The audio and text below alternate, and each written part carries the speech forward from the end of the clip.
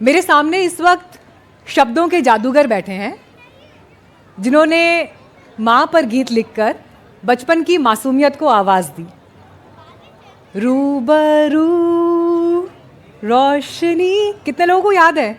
इस गीत के ज़रिए एक पूरी पीढ़ी के सपनों को आवाज़ दी। जब फिल्मों के लिए लिखा तो मुझे कम से कम ये कहते हुए बड़ा गर्व महसूस होता है कि हमारे समय की जो संवेदनाएं हैं उनको जो आवाज़ प्रसून जी ने दी है वो अपने आप में रेयर ऑफ रेयर है। भाग मिल्खा भाग, रंग दे बसंती, इस तरह के सिनेमा से लेकर इनक्रेडिबल इंडिया, पल्स पोलियो जैसे अभियानों के लिए अपनी सोच के ज़रिए जो उन्होंने धार दी उसे लोग आज भी याद करते हैं। इन जो ये कार्यक्रम रहे हैं उनकी दो दो लाइंस जो एडवर्टीजमेंट के ज़रिए, विज्ञापन के ज़रिए जो मैसेज देने की कोशिश की गई वो घर घर तक पहुंची। ये उनके शब्दों की ताकत है। इंडिया के बेस्ट क्रिएटिव माइंड्स में से एक प्रसून जोशी जी आज हमारे बीच एनडीटीवी क्रिएटर्स मंच पर मौजूद हैं। सर, मैं एक बार फिर से औपचारिक रूप से आपका स्वागत करती हूँ। बहुत बहुत धन्यवाद। अब देखिए, क्रिएटर्स मंच पर हम बैठे हैं तो वैसे तो जितनी बातें मैंने अभी आपके इंट्रोडक्शन में की, एड गुरु, कवि, लेखक, फिल्मकार, जो कहानी लिख रहे हैं, जो रच रहे हैं नया संसार, इन दिनों आपकी कलम से नया क्या निकला है? देखिए, पहले तो मुझे यहाँ आमंत्रित करने के लिए बहुत बहुत धन्यवाद। और मैं चाहता हूँ कि थोड़ी संजीदगी मुझे दिखाई दे रही है माहौल में। तो मैं एक कविता मैंने लिखी थी हंसी पर, उससे शुरू करता हूँ कि चलो हंसी को रिवाज कर ले। वाह। चलो हंसी को रिवाज कर ले। है मौन एक मोतियों की माला, कभी किसी पल जो टूटे टक से। है मौन एक मोतियों की माला, कभी किसी पल जो टूटे टक से। तो टिप पे खाते हजार मोती, यूं खिलखिलाएंगे जैसे सोते से पानी जागा हो बाद बरसों के जंगलों में।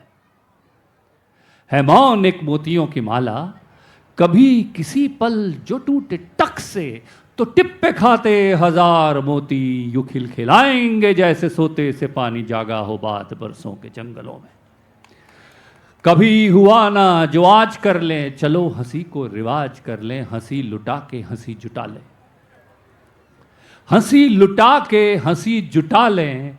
ये छोकरी है बलिष्ठ भर की, मगर है करतूत कमाल इसकी। ये छोकरी है बलिष्ठ भर की, मगर है करतूत कमाल इसकी। लगा के ठट्ठे जो गूंजती है हवेलियों में, लगा के ठट्ठे जो गूंजती है हवेलियों में। पुराने चांदी के बर्तनों को रगड़ रगड़ के कोई दिखाता हो धूप जैसे। नए नगीने तलाश कर लें, चलो हंसी को रिवाज कर लें।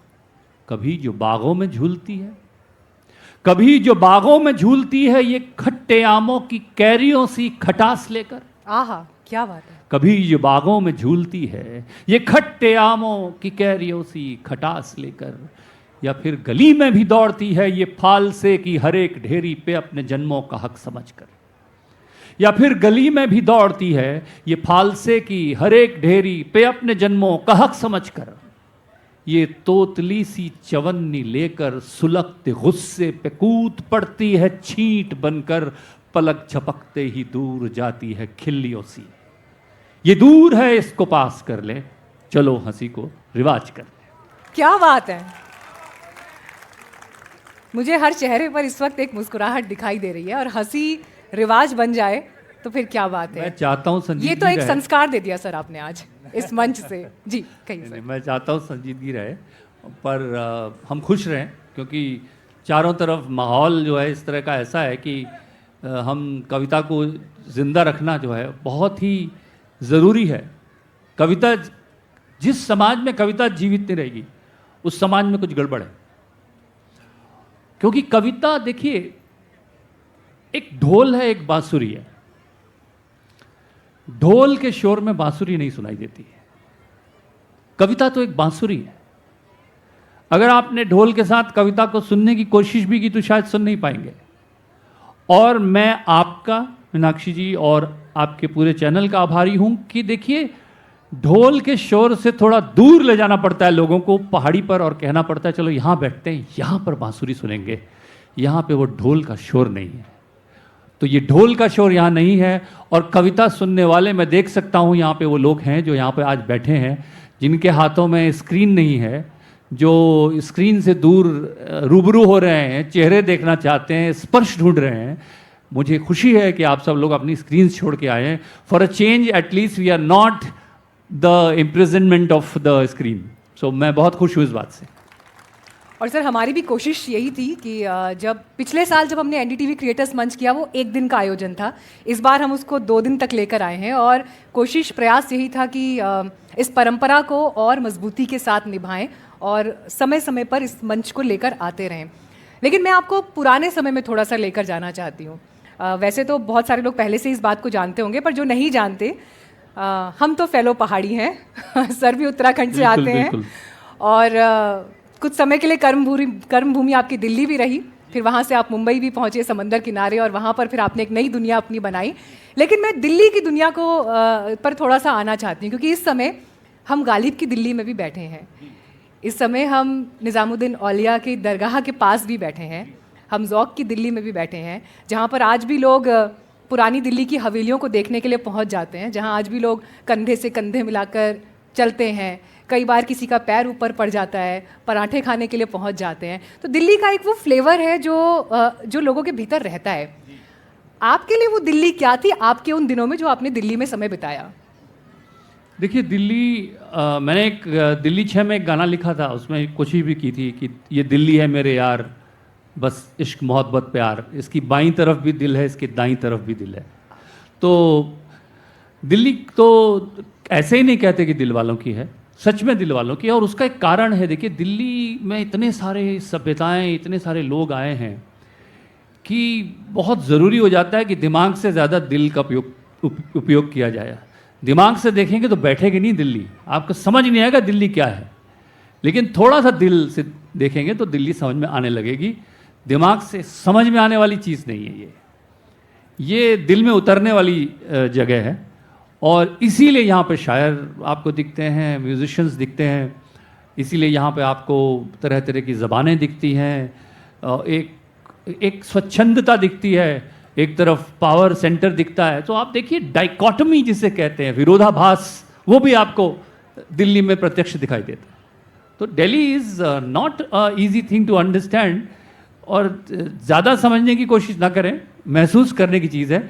और मैंने भी दिल्ली को महसूस ही किया था, और आप भी महसूस करते रहें। और सर आपने तो जो गीत लिखा फिर दिल्ली पर, ये दिल्ली है मतलब उसको लोग आज भी अपनी फ़ोन लिस्ट में रखते हैं। लेकिन on a lighter note, Delhi में कहाँ था आपका अड्डा, जहाँ अड्डेबाजी होती थी, जहाँ दोस्तों के साथ समय बिताया जाता था? देखिए दिल्ली में मंडी हाउस नहीं, हाँ मतलब मंडी हाउस तो खैर बहुत आना होता था।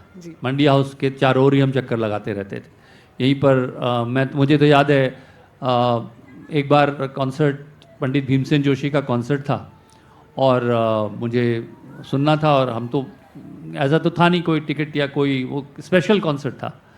तो जब वो अपनी कार से, गाड़ी से उतर रहे थे, उनका तानपुरा उतर रहा था, तो मैंने जाके तानपुरा उठा लिया। और लोगों को लगने लगा भाई इनके साथ तानपुरा उठाने वाला लड़का है ये तो मैं उठा के चलता रहा। और उनको, पंडित जी भी उम्र हो गई थी, उनको भी समझ में नहीं आया कौन है, शायद होगा ऑर्गेनाइज़र वाला बंदा होगा। तो वो तानपुरा लेते लेते मैं अंदर तक पहुंच गया, और अंदर जाकर जो तानपुरा एक्चुअली लेने आया था वो तानपुरा ढूंढ रहा था। तो पंडित जी से मैंने कहा कि पंडित जी मैं ऐसे ऐसे आ गया हूँ। तो पंडित जी ने मुझे फ्रंट पहली सफ़े में बैठाया, आगे सबसे फ्रंट रो में, और कहा तुम रियल म्यूज़िक के प्रेमी हो, तुम यहाँ सामने बैठकर सुनो। तो दिल्ली में कि बहुत ऐसी घटना है जो मुझे याद हैं, और मुशायरों में और का जो संगीत के समारोह होते थे उनमें कैसे गेट क्रश करते थे। और गेट क्रश करना अच्छी बात नहीं है, पर अगर सरस्वती के लिए किया जाए तो शायद अच्छा है। मैं इनफैक्ट ये बिल्कुल कहने वाली थी सर अभी कि आपने अगर तानपुरा हाथ में उठाया तो जो उनका वाद्य यंत्र है जिसमें साक्षात सरस्वती विराजमान है, और पंडित भीमसेन जोशी जी की तरफ से वो वरद हस्त अगर आया कि एक गुरु से एक शिष्य तक जो पहुंचा, ये लेकिन बहुत अद्भुत किस्सा रहा आपने आज बताया। और लाइव मंचों की शायद यही एक खूबसूरती भी होती है कि कई बार इतिहास के पन्नों से ऐसी बातें निकल कर आती हैं जो अगली पीढ़ी को भी इंस्पायर करते हैं, इसमें तो कहीं कोई इसमें संशय है नहीं। इसमें कोई शक नहीं। तो दिल्ली के प्रति इस प्रेम की बात हुई, लेकिन दिल्ली की जो साहित्यिक विरासत है उसको मैं आज के वक्त में अब थोड़ा सा आर्टिफिशियल इंटेलिजेंस से जोड़ूंगी। अभी यहाँ आपके पीछे अगर आप इस मंच की साज सज्जा भी देखें, वहाँ पर सरोजनी नायडू जी का पोस्टर लगा है, नाइटिंगेल ऑफ इंडिया, फिर गालिब साहब हैं, एम.एफ. हुसैन साहब है, दादा साहब फाल्के हैं, वहाँ कबीर जी का पोस्टर लगा है, उनके शब्द अंकित हैं, अमृता प्रीतम है, रामधारी सिंह दिनकर हैं। इन सब चेहरों के बीच और इन सबका लिखा हुआ जो हमारे हाथ में मौजूद है, आर्टिफिशियल इंटेलिजेंस कैसे लिख लेगा सर? ये सब संभव है? कौन सा ऐसा प्रॉम्प्ट देंगे आप जो ये लिख कर गई हैं ये हस्तियाँ, जिन्होंने हम सबके दिमागों को, हमारी साहित्यिक संवेदनाओं को शेप किया है, आकृति दी है? आर्टिफिशियल इंटेलिजेंस है क्या वाकई चुनौती? बिल्कुल है। देखिए, आर्टिफिशियल इंटेलिजेंस को हल्के में मैं नहीं लेता हूँ। और जिन लोगों को भी अगर लगता है कविता गणित है, निदा साहब ने एक शेर लिखा था कि 2 और 2 का जोड़ हमेशा 4 कहाँ होता है, सोच समझ वालों को थोड़ी नादानी दे मौला। तो बहुत पुराना उनका शेर लिखा हुआ है। तो जिनको 2 और 2 4 लगता है, उनके सबके क्रिएटिविटी खतरे में है, क्योंकि एल्गोरिदम जिसको हम कहते हैं और ये पैटर्न्स जो हैं, और ये भाई आर्टिफिशियल इंटेलिजेंस है क्या? पहले तो उसको आर्टिफिशियल कहना नहीं चाहिए। उसमें आर्टिफिशियल क्या है? देखिए, सारे हमारे ही भोगे हुए जो एक्सपीरियंसेस हैं, उन सब का कलेक्शन है वो, राइटर्स का लिखा हुआ, उसी को डेटा आप बोलते हैं। तो आर्टिफिशियल तो कुछ नहीं है उसमें, वो रियल है। और अगर आप समझते हैं कि कई लोग समझते हैं, हमारे फिल्म इंडस्ट्री में भी समझते हैं कि भाई कविता तो क्या है, तुकबंदी है या 2 और 2 जोड़ना है, तो जिनको भी ऐसा लगता है उन सब के लिए आर्टिफिशियल इंटेलिजेंस एक बहुत बड़ी चुनौती बनकर आने वाला है। लेकिन मेरे जैसे लोग, आई बिलीव कि जीवन का जो सत्य है वो अनुभूत सत्य है, और वो अनुभूत सत्य means the first hand truth, जो आपने भोगा है, वो यथार्थ जो आपका है, अगर आप वहां से लिखते हैं तो वो आर्टिफिशियल इंटेलिजेंस के पास कहां से आएगा? आर्टिफिशियल इंटेलिजेंस के पास वो नहीं है जो अभी नहीं कहा गया। आर्टिफिशियल इंटेलिजेंस के पास वो सब कुछ है जो कहा जा चुका है, और सबसे सुंदर गीत तो अभी तक लिखा नहीं गया, और सबसे सुंदर ख्वाब तो अभी तक देखा ही नहीं गया। तो आपके पास डेटा कहां से आएगा उसका? वो तो अभी देखा जाना बाकी है भाई, वो तो सोचा जाना बाकी है।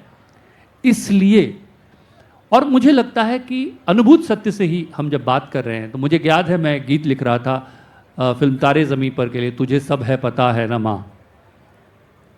तो वो गीत मुझे वो फिल्म आमिर खान साहब कर रहे थे, और वो फिल्म में स्क्रिप्ट में हमारे लिखा होता है कि यहाँ पे एक सेपरेशन सॉन्ग आना है, और सेपरेशन सॉन्ग कुछ भी हो सकता है कि बिछड़ करके तुझसे किधर जाऊंगा मैं, बिखर जाऊंगा मैं, ये भी लिख सकता था मैं। लेकिन मैंने ये फैसला किया कि मैं थोड़ा वक्त सोचूंगा, और जो मुझे महसूस हुआ है वो लिखूंगा। तो मैं अपने पास में चला गया। बचपन में मुझे याद आया कि जब मैं छोटा था, मेरी माँ एक अध्यापिका थी, टीचर थी, वो एक ट्रेनिंग प्रोग्राम में जाने वाली थी, और उस समय मुझे जो महसूस हुआ वही मैंने इस गीत में लिखा कि मैं कभी बतलाता नहीं, पर अंधेरे से डरता हूं मैं। यूं तो मैं दिखलाता नहीं, तेरी परवाह करता हूं मैं। और उसके बाद ये सिलसिला चल निकला। जब भी कभी पापा मुझे जो जोर से झूला झूलाते हैं माँ, मेरी नजर ढूंढे तुझे, सोचूं यही तू आके थामेगी माँ। उनसे मैं ये कहता नहीं, पर सहम जाता हूँ माँ।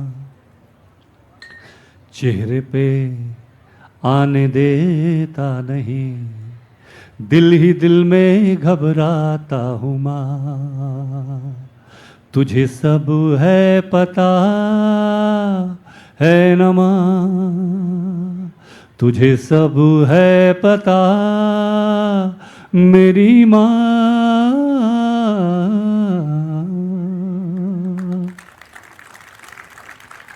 तो ये सत्य आर्टिफिशियल इंटेलिजेंस कहां से लाए? दोबारा मैंने लिखा एक गीत, लुक्का छुपी बहुत हुई सामने आ जाना। और एक ऐसे सीन पर लिखा जहां पर एक मां को अपने उसके बेटे की मृत्यु हो चुकी है और वो रिसीव करना है उसे, कि लुक्का छुपी बहुत हुई सामने आ जाना,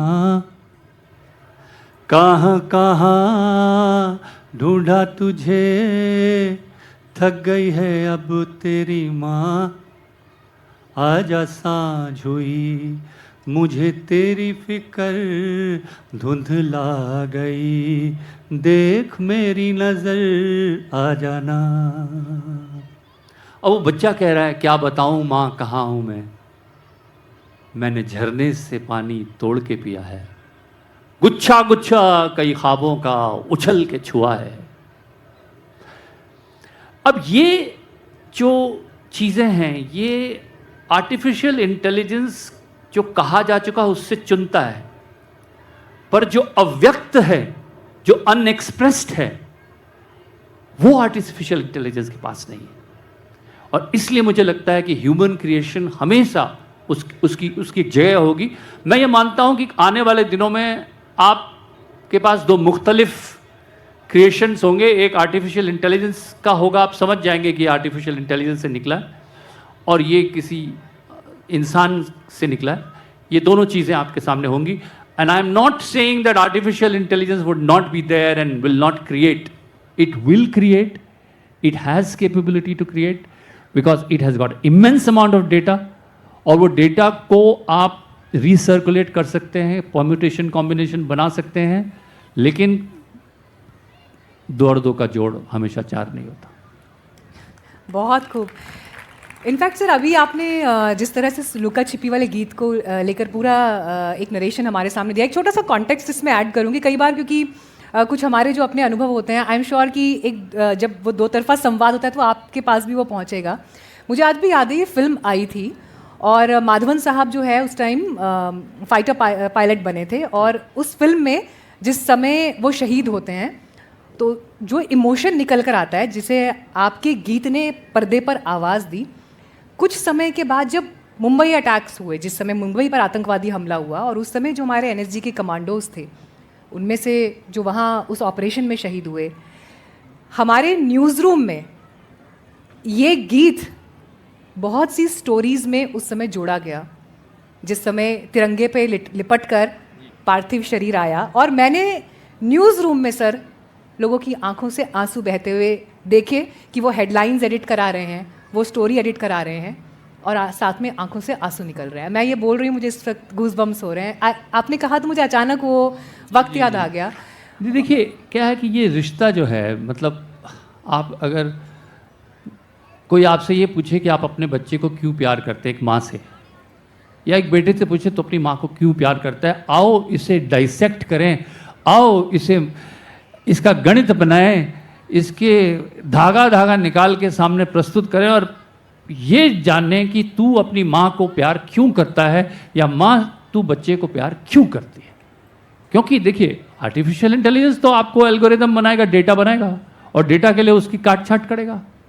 अब बताइए आप में से कितने लोग हैं जो तैयार हैं काट छाट करके अपने प्यार के टुकड़े टुकड़े करके ये प्रूव करने के लिए कि मैं इसलिए अपने बच्चे से प्यार करता हूं।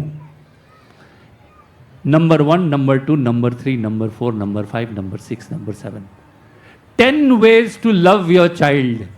ऐसी किताब कभी नहीं खरीदूंगा और ना ऐसे डेटा पर यकीन करूंगा, क्योंकि वो तो एक ऐसी भावना है, ऐसी विशुद्ध भावना है जिसका एक्सप्लेनेशन आपके पास नहीं है, और इसीलिए इंसान इंसान है क्योंकि वो इन रिश्तों की चीर-फाड़ नहीं करता है।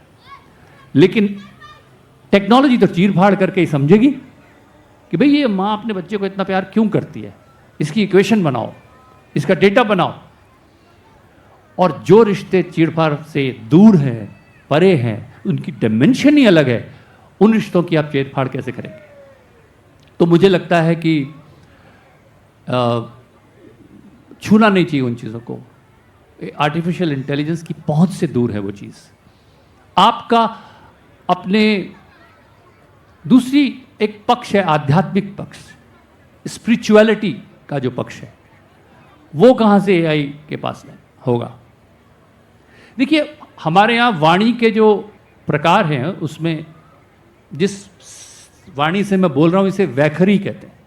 ये वैखरी है, इसके पीछे मध्यमा होती है, मध्यमा के पीछे पश्यंती होती है, और पश्यंती से पीछे परा होती है। ये वाणी के प्रकार हमारे यहाँ बताएगा। यानी कि जब मैं कोई चीज़ सोचता हूँ तो वो सोच की डीप कनेक्शन होती है कहीं एक स्पिरिचुअल लेवल पे जाके, और फिर वो बाद में एक रूप में आपके सामने व्यक्त होती। तो इतना डीप कनेक्शन होता है, उसके बाद कोई शब्द जन्म लेता है, खामखाई जन्म नहीं लेता है। और वो कनेक्शन जब आप लिखते हैं, फॉर एग्जाम्पल आप लव के लिए लिखते हैं, जब मैं लव के लिए लिखता हूं तो मुझे लगता है कि मैं किसी स्पिरिचुअल वर्ल्ड में हूं। ओ रंगरेज तेरे रंग दरिया में, ओ रंगरेज तेरे रंग दरिया में, डूबना है बस तेरा बनके, नहीं रहना दूजा बनके, एक भी सांस अलग नहीं लेनी, एक भी सांस अलग नहीं लेनी, खींच लेना प्राण इस तन से, नहीं रहना दूजा बल्कि अपने ही रंग में मुझको रंग दे, सौंधे सौंधे रंग में मुझको रंग दे, धीमे धीमे रंग में मुझको रंग दे, रंग देना रंग देना रंग देना। अब ये एक हो जाने की जो बात है, ये एक रूप हो जाने का जो है, जो कबीर कहते हैं कि प्रेम गली अति सांकरी या में दो न समाए, तो ये दो न रहने का जो थॉट है, मैं एक हो जाने की जो बात है, ये एआई कैसे एक होने की बात करेगा और किससे एक होने की बात करेगा? बहुत खूब। मैं जब भी प्रसून जी से मिलती हूँ, मैं हमेशा कहती हूँ कि हम बातचीत शुरू करते हैं कविता से, विज्ञापन से, कौन से आयोजन रहे, किस तरह के कैंपेन्स के लिए काम किया, क्या क्या कलम से निकला, और हमारी बात जब अंतिम बिंदु तक आती है, वहाँ पर पहुँचते पहुँचते अध्यात्म पर सर आ जाते हैं। बिल्कुल। और आज सर आपको याद है एआई समिट के दिन भी ऐसा ही हुआ था। हमने बातचीत उस पॉइंट से शुरू की। बिल्कुल। और आज भी जिस खूबसूरती के साथ आपने प्रेम, दर्द जो आप लिख रहे हैं उनको डिफाइन किया, मेरे लिए आपको सुनना एक अनुभूति हमेशा रहती है। और जिस समय आप ये बात कर रहे थे, मुझे आपका एक और गीत याद आया, अर्जिया मैं चेहरे पर लेकर आया हूँ, मरम्मत मुकद्दर खुशबू आती थी। देखिए, यहाँ अर्जिया में भी, अर्जिया सारी मैं चेहरे पे लिख के लाया हूँ, तुमसे क्या मांगू तुम खुद ही समझ लो। अब ये थॉट अगेन ये स्पिरिचुअल थॉट है। और ये दूसरा जो थॉट मैं आपको बता रहा हूँ कि कस्तूरी कुंडली बसे मृग ढूंढे बन माही। आहा, सुंदर। अब ये मैंने कैसे इसको लिया है, इसमें इस गाने में, जिन्होंने ये गाना सुना है, ये मुझे लगता है कि स्पिरिचुअली बहुत अच्छा और खूबसूरत गाना है, और ये बिल्कुल शुद्ध भावना से ही आ सकता है कि एक खुशबू आती थी, मैं भटकता जाता था, रेशमी सी माया थी, और मैं तकता जाता था जब तेरी गली आया, सच तभी नजर आया जब तेरी गली आया, सच तभी नजर आया, मुझ में ही वो खुशबू थी जिससे तूने मिलवाया। क्या बात है। अब ये थॉट अगेन मैं ये कहता हूँ कि ये एआई के अभी तो उसके बूते से बाहर है, मैं मानता हूँ, with humbly to do respect to the AI, but ये मैं at the same time I would not write off AI और उसकी तुकबंदियाँ उसकी। अब देखिए एक और चीज़, जैसे एग्जाम्पल आप एआई को दीजिए कि भाई रास्ते और मंजिल के बारे में लिखो, तो एआई से जनरली जो आता है निकल के वो आता है कि रास्ते ही मंजिल हैं, journey is the destination, so enjoy every moment. सुनने में बड़ा प्रोफाउंड लगता है, लेकिन शायद मैं ये कभी ना लिखूं। मुझसे रास्ते और जर्नी में कोई लिखने को कहे तो शायद मैं ये लिखूं कि जब मंजिल मुझ ही में रहती है तो मैं सफर ही क्यों करूं। वाह। जब मंजिल मुझ ही में रहती है तो मैं सफर ही क्यों करूं, डुबकी क्यों ना लगाऊं खुद में। तो मैंने सफर को डिसमिस किया। एआई वो बनाती है जो सांचा बना सकता है, और हमारे यूपी में कहते हैं, खूबसूरत चीज को देखते हैं तो कहते हैं भाई सांचा तोड़ दिया होगा। हम सांचे तोड़ने वाले लोग हैं जी। दोबारा वैसा ना बन सके। हाँ, देखिए मैं हर बार जब सर से मुलाकात होती है ना, मैं इतने सारे कागज़ हाथ में लेके आती हूँ, बहुत सारे पॉइंटर्स इसमें लेकर आती हूँ, लेकिन कॉन्वर्जेशन आपके साथ सर बैठने का यही आनंद है, यही संगत है कि कॉन्वर्जेशन फिर जहाँ जिस दिशा में जाती है वो आपकी एनर्जीज, आपकी ऊर्जाएं हैं। सर मुझे तो ऐसा लगता है गंगा जी जो है वो अभी अपने उद्गम स्थल से बह रही हैं और बहते बहते यहाँ तक आ गई हैं। थोड़ा सा पहाड़ को याद कर लूँ जाते जाते, जो बिल्कुल हमारे दिल में बसता है, हम दिल में पहाड़ को लेकर चलते हैं। सर आपकी लेखनी को पहाड़ ने कैसे समृद्ध किया है, क्योंकि शुरुआत तो फिर वहीं से हुई होगी ना। देखिए मेरे, पता नहीं जिन्होंने मेरी किताब पढ़ी है, मेरी पुस्तक का नाम है धूप के सिक्के। मेरे जो बहुत अच्छे गीत हैं जो मुझे खूबसूरत लगते हैं, अच्छे लगते हैं, तू धूप है झमसे बिखर, तू है नदी ओ बेखबर, उड़ चल कहीं बह चल कहीं, तेरी तो मंजिल है वहीं। मैं बार बार धूप का सहारा लेता हूँ, बार बार धूप छाँव से ज़िंदगी देखता हूँ। और जो पहाड़ में रहे उनको पता है कि वहाँ की एक बुढ़िया महिला भी वो खटिया उसकी धूप के साथ सरकती है, और वहाँ पर आप खड़े होते हैं तो घंटों आप देख सकते हैं कि उस पहाड़ में धूप है, उस पहाड़ में चली गई अभी। धूप और छाँव का खेल जो है वो एक्चुअली ज़िंदगी का नाटक चल रहा है आपके सामने, पूरे ज़िंदगी का एक स्टेज है, एक थिएटर चल रहा है। और वो धूप मुझे इंस्पायर करती है, नदी मुझे इंस्पायर करती है, पहाड़ मुझे इंस्पायर करते हैं। अब ये तू धूप है झम से बिखर, अब ये एक्चुअली झम है, उत्तराखंड का शब्द है, छम नहीं है। तो मैं कई कॉम्पिटिशन में सुनता हूँ तो तू धूप है छम से बिखर, छम नहीं है, झम है, क्योंकि हमारी पहाड़ी भाषा है, उसमें झम घाम लग रहे हो, झम मतलब एक, it's a in English they call it onomatopoeia, which is sound related words, जो कि आपको बंगाली में भी बहुत मिलेंगे, टापुर टुपुर इस तरह की चीज़ें। तो ये पहाड़ में भी बहुत है कि साउंड से वो करते हैं, उस चीज़ को आइडेंटिफाई करते हैं, और बहुत म्यूजिकल होते। तो आप वो देखेंगे मेरे सनन सन पवन बहती है, वो आप वहाँ से देखेंगे। फोनेटिक आता है। मेरे को पहली बार जब मैंने लिखना शुरू किया था, फिल्मों वगैरह में मुझे मौका मिला, तो पहला मौका एक्चुअली मुझे इसलिए मिला कि मैंने एक ट्रिब्यूट लिखा था मीनाक्षी जी, पहाड़ की महिलाओं के लिए। मैं मानता हूँ कि पहाड़ की महिलाएं बहुत ही जुझारू महिलाएं होती हैं और बहुत ही कर्मठ होती हैं, बहुत ही कर्मठ होती हैं। उनसे आप इतना सीख सकते हैं। माई ग्रैंड मदर, मेरी नानी जो थी, she lost her husband when she was 19 year old and 19-20 साल की उम्र में उनके पास मेरी माँ थी और वो अशिक्षित थी, गांव से आई थी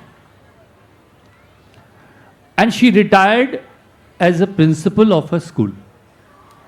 वाओ, आप ये देख लीजिए कि अकेले बेटी को पाला और खुद पढ़ा, तब तक अशिक्षित थी।